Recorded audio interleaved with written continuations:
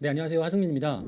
코로나19가 발생된 이후에 이제 그 비타민 C에 관련된 그런 연구들이 상당히 다시 활발해지고 있습니다.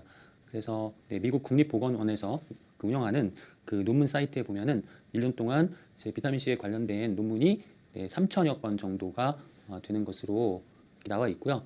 그 중에 상당수가 이제 그 코로나와 관련된 연구들이 진행이 되고 유의미한 그런 결과들이 발표가 되고 있습니다.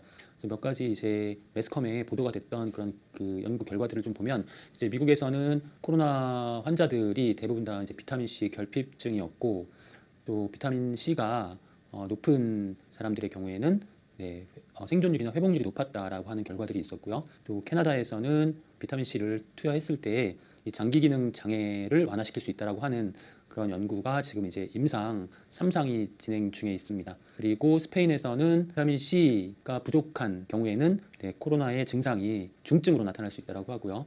또 중국에서는 비타민 C가 충분하게 공급이 되었을 때 인체 내에서 그 사이토카인 폭풍을 일으킬 수 있는 그런 물질이 상당히 낮게 검출이 되었다라고 하는 그러한 연구 결과들을 네, 발표를 하고 있습니다. 그래서 이 논문들 중에서 이제 비타민 C의 이러한 그 호흡기 계통의 그 증상을 완화시키는 그런 기전을 제안한 그런 내용이 있어서 제가 이 내용을 좀 이해하시기 쉽게 좀 정리를 해봤는데요. 비타민 C는 NF 카파 B라고 하는 염증 인자를 억제하는 역할을 하고 호중구 세포에 트랩을 형성한다 이렇게 나와 있는데 이제 호중구는 우리 면역 세포 중에 하나고요. 이제 호중구라는 그 면역 세포가 그 세포 외부에 덫이라고 생각하시면 돼요. 트랩을 형성한다. 쉽게 좀 비유를 해보자면 이게 스파이더맨이 거미줄을 내보내서 이제 물건을 이제 잡아채는 뭐 그러한 그 장면을 좀 상상해 보시면 될 것 같아요. 이제 우리 면역 세포 중에 호중구가 그러한 작용을 하면서 그런 바이러스를 억제하는 그러한 기능을 하게 되고요.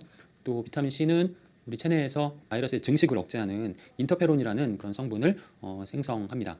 또 비타민 C는 잘 알려진 바와 같이 또 강력한 항산화 기능을 발휘하면서 전체적인 그런 효과들이 인간의 산화 스트레스를 감소시키고 이러한 결과로서 우리 체내에서 이제 부신 기능이 향상이 되고 폐에 상피 장벽의 기능이 향상되면서 네, 급성 호흡곤란 증후군 이제 이 호흡기 계통의 어떤 그런 문제점들을 완화시키는 데 도움이 된다라고 하는 그런 기전들을 제안을 하고 있습니다. 네, 그리고 이제 비타민 C가 앞서 잠시 언급드렸던 그 비타민 C가 이제 사이토카인 폭풍을 억제하는 기전인데요. 지금 보시는 바와 같이 비타민 C가 있고 이제 비타민 C는 이제 ROS라고 하는 활성 산소종 우리가 보통 이제 유해산소라고 부르죠. 이 유해산소를 억제하게 되는데 사실 유해산소가 NF 카파비라고 하는 염증 유발 인자를 활성화시키게 되면서 결국은 이 염증을 억제하기 위한 우리 면역 세포의 과잉 반응으로서 사이토카인이 이제 분비가 되는데 이 사이토카인이 특히 이제 림프구나 대식 세포 같은 우리 면역 세포에 의해서 사이토카인이 과다하게 분비가 되었을 때 정상적인 그런 세포나 조직을 공격하면서 이제 건강상에 심각한 위해가 발생하게 되는데 이러한 현상을 우리가 사이토카인 폭풍이라고 하는데 원인 단계에서 비타민 C가 그 예방에 도움이 되는 그런 역할을 하는 것으로 추정이 되고 있습니다. 네, 과거로부터 비타민 C는 감기와 같은 그 호흡기계 바이러스 질환 억제 효과가 있다라고 하는 그런 연구들이 상당히 많이 진행이 되었습니다.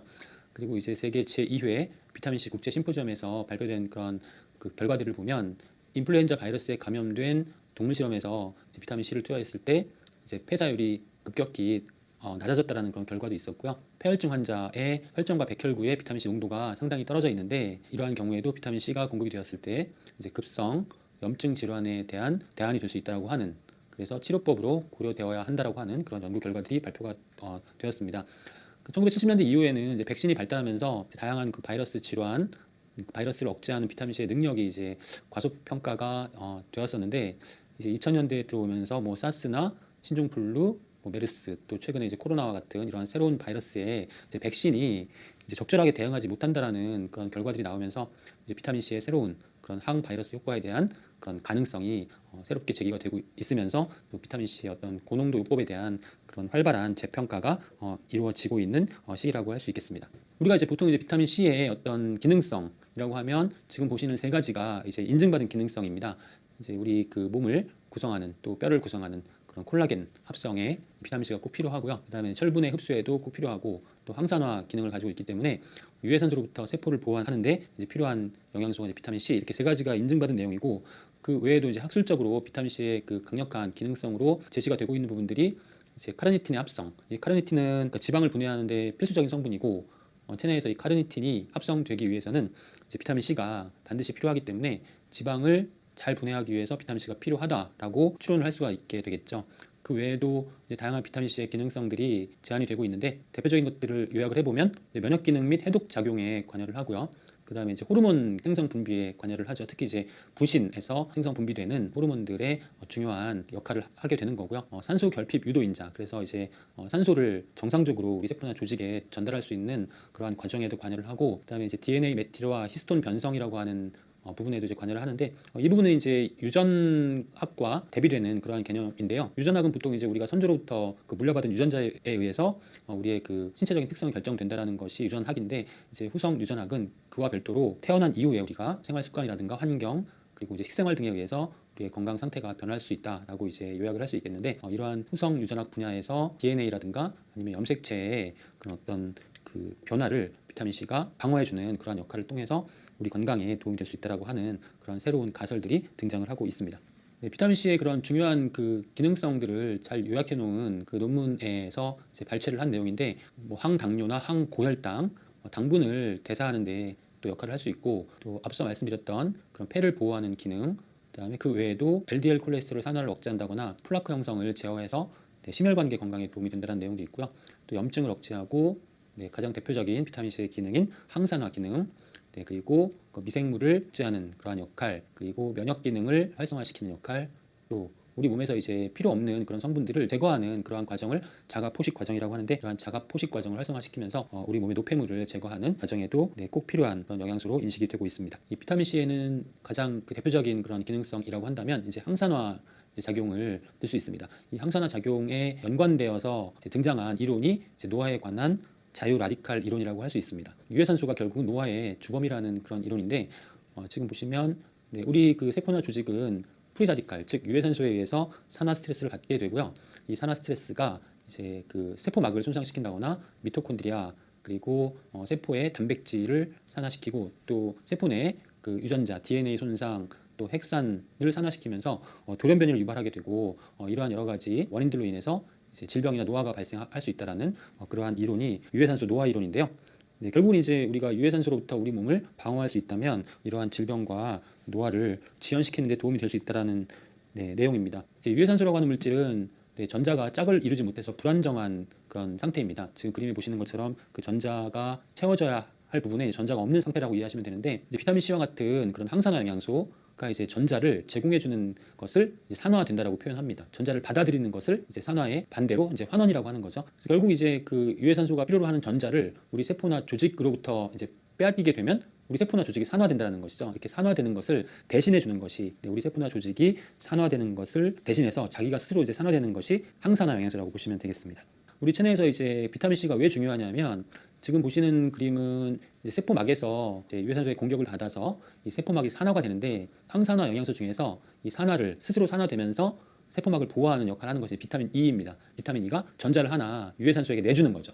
내주게 되면 비타민 E는 항산화 작용을 하고 나서 전자를 하나 잃게 되는 거죠. 그럼 비타민 E로서 더 이상 역할을 할 수 없게 되는데, 비타민 E가 이제 빼앗긴 전자를 비타민 C가 채워주는 그런 역할을 하는 거죠. 그래서 이제 비타민 C가 비타민 E를 환원시킨다, 이렇게 표현을 하게 되는 것이죠. 이렇게 다른 그런 항산화 영양소를 다시 재생시키는 그러한 역할을 하는 것이 비타민 C의 중요한 기능 중에 하나입니다. 비타민 C가 그 자체적으로 이제 항산화 기능하는 것도 있지만, 다른 항산화 영양소를 재생시키는데 가장 강력한 그런 능력을 가지고 있는 그런 영양소라고 할 수 있습니다. 그래서 이제 우리 체내의 그런 항산화 반응, 또 항산화 그 기전에는 이제 다양한 영양소가 함께 관여를 하게 되는데, 이러한 그 부분을 우리가 항산화 네트워크라고 합니다. 항산화 기능을 하는 영양소들이 네트워크를 형성해서 이제 서로 도와가면서 항산화 기능을 한다라고 정리를 할 수 있겠는데, 결국 이제 이 그림에서 보시면 비타민 C 사이클이 있고, 그다음에 이제 뭐 항산화 효소, 비타민 E 사이클, 티올 사이클이라고 있는데, 이 티올 사이클은 이제 항산화 성분 중에서 황이 S인데 S가 두 개 있는 것을 이제 티올이라고 하는데, 이 티올 사이클도 있고요. 이런 각각의 그런 항산화 영양소와 항산화 효소가 서로 상호 보완 관계에 있고, 또 시너지 효과를 일으킬 수 있기 때문에 그 상호작용을 한다. 그래서 이제 항산화 네트워크라고 표현을 하는 것이죠. 그렇다면 이제 비타민 C가 이 항산화 네트워크에서 중요한 역할을 한다고 하는데, 그 이유는 뭐냐면, 비타민 C가 이제 두 단계에 걸쳐서 항산화 기능을 발휘하게 되는데, 기본적으로 이제 다른 항산화 영양소를 재생시킨다라고 말씀을 드렸는데요.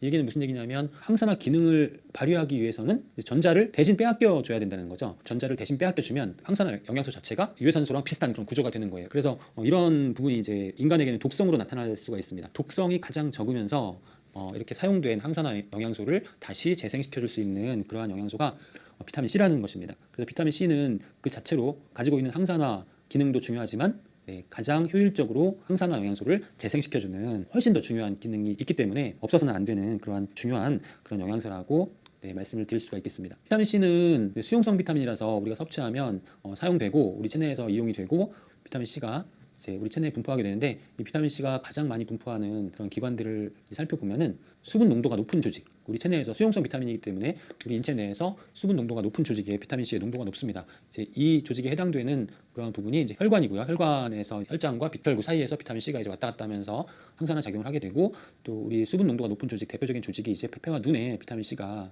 상대적으로 좀 충분하고요. 지금 그림에서 보시는 바와 같이 비타민 C의 농도가 가장 높은 조직은 부신과 뇌입니다. 그래서 이제 부신과 뇌에서 중요한 기능을 하게 되는데요. 부신이 이제 스트레스와 관련이 있는 기관이고 스트레스 상태에서 우리 몸을 회복시키는데 꼭 필요한 호르몬이 스트레스 호르몬이라고 하는데 이 스트레스 호르몬을 생성하고 분비하는데 비타민 C가 반드시 필요하기 때문에 부신에서의 비타민 C 농도가 높은 것이고요. 만성 스트레스 상황에서 부신에서 이제 코티졸을 생성하고 분비하게 되는데 이럴 경우에 비타민 C가 상당히 많이 필요하게 되고요. 비타민 C는 스트레스로 인한 피로를 회복하는데 꼭 필요한 영양소라고 할 수 있겠습니다. 그래서 현대인들에게 이제 만성 피로라든가 체력 고갈이라는 문제가 발생하게 되는데 이럴 경우에 이제 큰 원인 중에 하나가 이제 부신의 피로라고 할 수 있겠고 이러한 부신 피로를 극복하기 위해서 비타민 C의 섭취가 도움이 될 수 있다라고 정리할 수 있고요.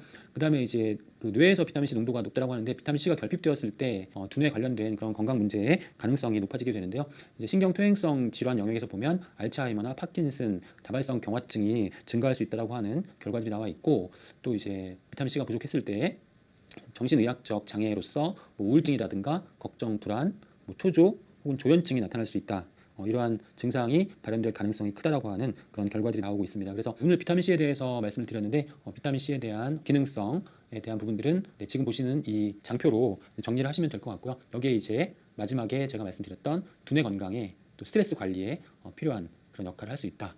비타민 C가 그런 다양한 기능성을 가지고 있기 때문에 인증된 그런 기능성도 있지만 아직 인증되진 않았지만 학술적으로 이제 강력한 그런 기능성을 갖고 있다라고 이제 그 추측이 되는 이런 다양한 기능성을 잘 기억해 주시고 이제 평소에 비타민 C를 잘 섭취하시고 활용하셔서 건강한 그런 생활을 하셨으면 좋겠습니다. 경청해